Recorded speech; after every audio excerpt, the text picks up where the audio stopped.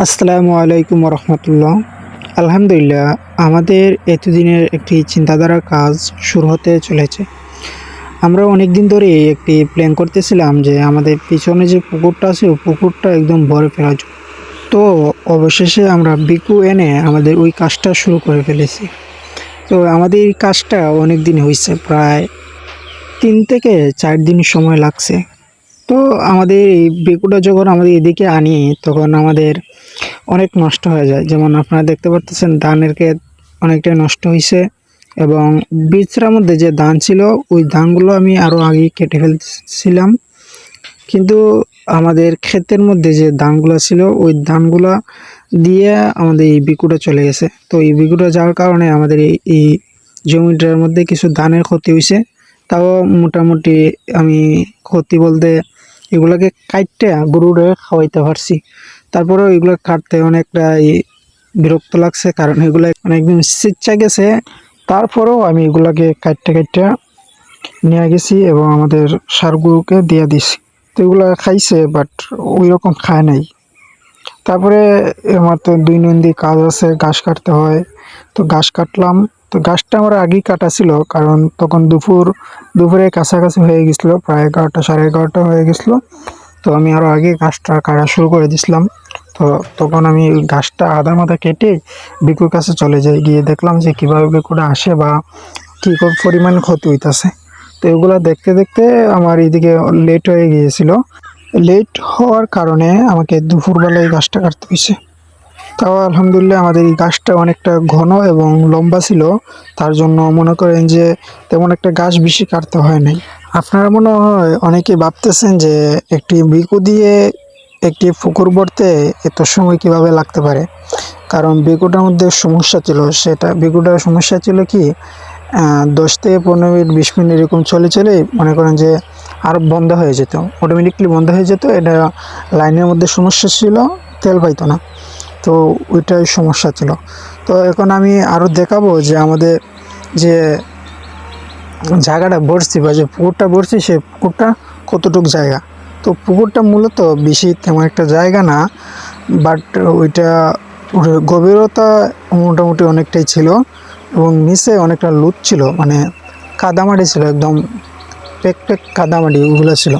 তো এইগুলো থাকার কারণে মাটিগুলো একদিকে পড়তেছিল আর অন্যদিকে এগুলো গেঁথে যাইতেছিল। তো এই কারণে আরও সময় লাগছে।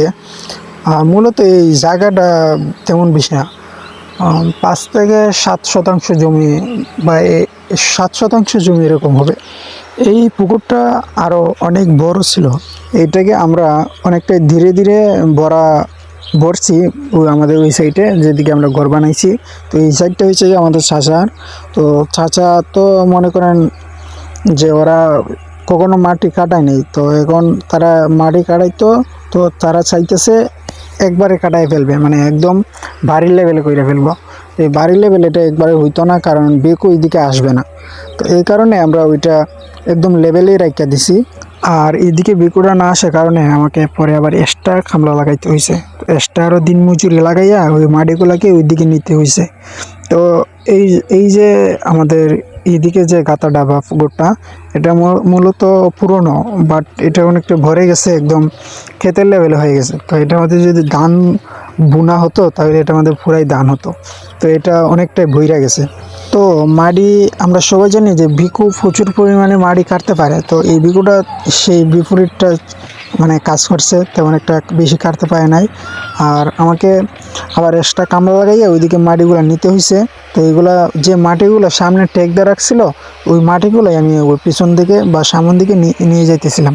প্রথম 2-3 দিন কাটার পরে আমাকে খামলাইন না এদিকে মাটি নেওয়া শুরু করে দিছিলাম। তো সাথে সাথে আমি খামলাদের সাথে নিজেও কিছু মেহনত করলাম। আমি নিজেও একটি কোদাল নিয়ে মাটিগুলোকে টানতে লাগলাম। তো খামলাগুলা প্রথমত তারা একটু স্লো কাজ করে, কারণ কামলার সাথে যদি না থাকা হয় তাহলে কামলা কিন্তু কাজ করে না। কথা আছে না, খাটাইতে গেলে কাটতে হয়। তো ওই বিষয়টা হচ্ছে গিয়ে আমাদের এলাকা দিকেও। তো তারা যে মাটিগুলা বিগদিত তুলছিল, তো তারা ওই মাটিগুলাকে প্রায় নিয়ে গিয়েছিল। তো পরে আমি আবার ভিকু দিয়ে মাটি তোলা লাগাই দিলাম, বা আমাদের এদিকে ওই মাথায় দিয়ে আবার মাটি রাখতে শুরু করে দিলাম। তো ওই মাটিগুলো আবার আমি পরের দিন কামলা লাগাইয়া ওই মাটিগুলো আবার ওই সাইডে নিয়ে গেছি। তো আমাকে এক্সট্রা কামলা লাগাইতে হয়েছে, কারণ চাচারা বলতেছিল যে মাটিগুলো এক টানে নাকি বেগুন নিয়ে যাইব, কারণ ওইটা তো অসম্ভব ছিল, কারণ ওইটা তো ওইদিকে যাওয়ার মতো কোনো রাস্তাই ছিল না। এখন কথা হইল গিয়া যে আমাদের এই বিকু দিয়া কয় ঘন্টা মাটি কাটছি এবং আমাদের বিল কত টাকা আসছে। আগে বলে ফেলি যে আমাদের এদিকে ঘন্টা হইল গিয়া 3,000 টাকা। তো আমাদের ঘন্টা সময় লাগছে গিয়া 19 ঘন্টা। আপনারা মোবাইলে স্ক্রিনের মধ্যে দেখতে পারতেছেন যে সামনে যে পুকুরটা ছিল ওই পুকুরটা অনেক বড়।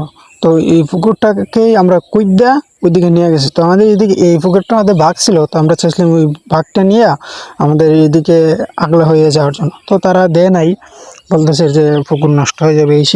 তো তাও আমরা মনে করেন যে মাটি ছিল ওই মাটি নিয়ে গেলাম। তো এখন আপনারা মোবাইল স্ক্রিনের মধ্যে যে জায়গাটা দেখতেছেন ওই জায়গাটাই আমরা ভরছি, আর এইটাকে আমরা গাঁথা করছি এবং ওই পুকুরটাকে ভরছি। আপনারা এটা যে লেভেল দেখতেছেন এটা পুরোটাই এই লেভেল, আর এইদিকে আমার বড় চাচা আরও এক্সট্রা কিছু মাটি কাটাইছেন আর কি। তো আপনারা এতক্ষণ আমার সাথে থাকার জন্য অসংখ্য ধন্যবাদ। ফি আমানিল্লাহ।